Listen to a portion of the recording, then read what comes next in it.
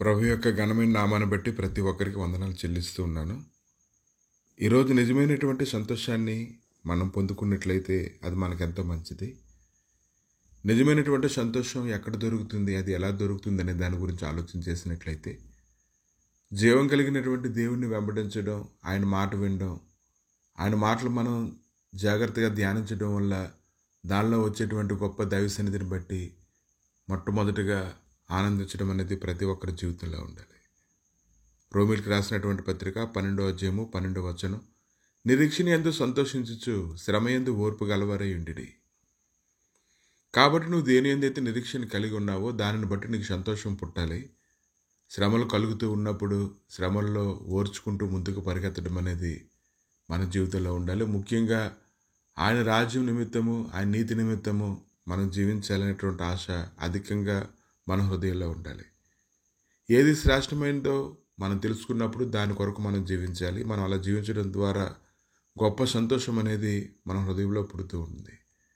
కాబట్టి నిజంగా దేవుని వెంబడించేటువంటి వారి వ్యక్తిగతమైన అవసరాలు తీర్చబడతాయనే దాని గురించి కంటే దేవునితో ఏకీపించేటువంటి స్థితిని బట్టి వారు ఆనందిస్తూ ఉంటారు. కనుక ఆయన ఎందుకు మనం ఆనందిస్తున్న కొద్దీ ఆయన మన జీవితంలో గొప్ప కార్యాలు చేయడానికి ఆయన శక్తిమంతుడే ఉన్నాడు. కనుక ప్రతిదినము నువ్వు నిజమైనటువంటి సంతోషంలోనికి వెళ్ళాలని దేవుడు కోరుకుంటూ ఉన్నారు. నీ హృదయంలో ఎల్లప్పుడూ కూడా దేవుని గురించినటువంటి సంతోషం అది పొంగుతూ ఉండాలి.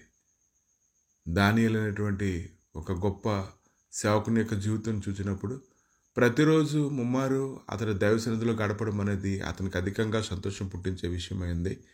కాబట్టి దాన్ని మీరినట్లయితే ఏం జరుగుతుందో, దేవుడు రాజాజ్ఞకి వ్యతిరేకంగా జీవిస్తే ఏం జరుగుతుందో అనే దాని గురించి అతను తెలుసుకుని ఉన్నాడు. కాబట్టి ప్రతిరోజు ముమ్మారు దైవ సన్నిధిలో అతను సాగిలు పడుతూ ఆనందిస్తూ ఉన్నాడు. అలాగే సింహాల బోన్లోకి తోసివేయబడగలిగినటువంటి పరిస్థితులు వచ్చినప్పటికీ కూడా అతడు దాన్ని మానలేదంటే అతడు భయంతోటో వణుకుతోనో దేవుడి సన్నిధిలో అతను పనిచేయడం లేదు, కానీ దేవునితో గడపడంలోనే ఉండేటువంటి సంతోషాన్ని ఎరిగి దాంట్లో అతను నిలబడుతూ ఉన్నాడు. కాబట్టి లోతైనటువంటి ఒక లక్షణము దానియేలు జీవితాన్ని స్థిరపరిచింది, అందరి ఎదుట అతను గొప్ప చేసింది. అతని మొహంలోకి ఎల్లప్పుడూ కూడా నవ్వు పుట్టేలాగా, సంతోషం కలిగేలాగా నడిపించబడడం అనేది జరిగింది. కనుక ఈ ఉదయకాలాన్ని జనులు మిమ్మల్ని నిందించి హింసించినప్పుడు సంతోషించి ఆనందించి పరలోకమందు మీ ఫలం అధికమగును అంటే ఎవరో కూడా అలాగా జరిగినప్పుడు సంతోషించడం, ఆనందించడం, పరలోకంలో ఫలం అధికమవుతుంది అనేటువంటి స్థితి అయితే ఎవరిలో ఉండదు. కానీ వారి యొక్క ఆత్మీయ జీవితాలను బట్టి దేవుడి లేఖనాలు స్థిరపరచబడడం అనేది ఉంటుంది. కనుక ఈరోజు దేవునితో గడపడం ద్వారా, ఆయన గురించి ఎరగడం ద్వారా అన్ని విషయాల్లో మనం బలం పొందుకుంటూ ఉంటాము. కనుక భూ సంబంధంగా ఎన్ని సమస్యలు ఉన్నప్పటికీ ఏదైనా దేవుడు గొప్ప కార్యాలు చేయడానికి ఆయన శక్తిమంతుడే ఉన్నాడు. కనుక ఈ ఉదయకాలాన్ని దేవుడి యందు నువ్వు ఆనందించాలనుకుంటున్నావో దాని గురించి నువ్వు గ్రహింపు కలిగి ఉండాలి.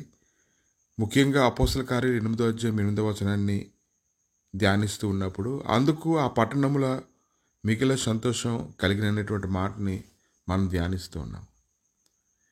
దానికి ముందుగా ఉండే లేఖనాలని అపోస్తల కార్యాల్లో చూస్తూ ఉన్నప్పుడు 4వ వచనం నుంచి, కాబట్టి చెదిరిపోయిన వారు సువార్త వాక్యమును ప్రకటించుచు సంచారం చేసిరి.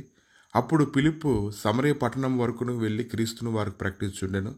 జనసమూహములు విని ఫిలిప్పు చేసిన సూచక్రియలను చూసినందున అతడు చెప్పిన మాటలందు ఏకమనసుతో లక్ష్యం ఉంచగా అనేకులకు పట్టిన అపవిత్ర ఆత్మలు పెద్ద కేకలు వేసి వారిని వదిలిపోయాను. పక్షవాయువు గలవారును కుంటివారును అనేకులు స్వస్థత పొందిరి. అందుకు ఆ పట్టణంలో మిగిలిన సంతోషం కలిగాను.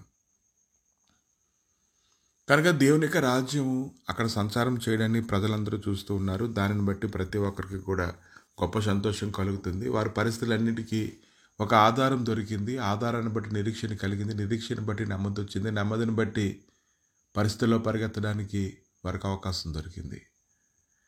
కాబట్టి దేవుని రాజ్యం ఎప్పుడైతే నీ మధ్యలోకి వస్తుందో అప్పుడు నువ్వు ఖచ్చితంగా నీ విడుదల పొందినట్లే. ప్రతి ఉదయకాలం లేవగానే ఆయన రాజ్యాన్ని మనం తాకాలి. ఆ రాజ్యంలో ఉండేటువంటి సన్నిధితో మనం నింపబడి ఆ దినమంతా గొప్ప సంతోషంతో నడిపించబడేలాగా మనం జాగ్రత్త చేసుకోగలగాలి. కనుక ప్రతిరోజు ఎన్నో సమస్యలను మనం ఎదుర్కొంటూ ఉండొచ్చు, కానీ దేవుని రాజ్యం మనతో ఉండడాన్ని బట్టి వాటన్నిటిని మనం జయించగలగాలి. కనుక ఈ దినాన్ని అధికమైన సంతోషం నీ హృదయంలో ఉండాలని దేవుడు ఎంతగానో నీ విషయమే కోరుకుంటూ ఉన్నారు. ప్రభువా, మీ దయగలిగిన నష్టాలకు తండ్రి సమయాలు అప్పగించుకుంటుండగా నీ మహిమ, నీ సన్నిధిని, ప్రభావం ప్రతి ఒక్కరిలోనూ ఉంచి దేవ నిత్యమైనటువంటి సంతోషం వారి హృదయంలో స్థిరమకుంటున్నట్లు సహాయం దయచేయండి. వారు అడుగుపెట్టే ప్రతి స్థలంలో దేవుని రాజ్యం ఎలా విస్తరిస్తుందో వారు తెలుసుకోవడానికి, నీ నామం భూమి అంతటా ఎంత ప్రభావం కలదో వారు ఎరగడానికి కానీ కృప దయచేసి, ఈ దినమునైనా గొప్ప కార్యములు జరిగించి నీ మహిమ సన్నిధిని నింపి నడిపించి బలపరచమని, ప్రతి విధమైన కీడులో తప్పించి నీ సహాయకరమైన సన్నిధిని మొదలుకొని సదాకాలం తోడుగా ఉంచమని యేసుక్రీస్తు నామములు అడిగి వేడుకుంటున్నాము తండ్రి. ఆమేన్.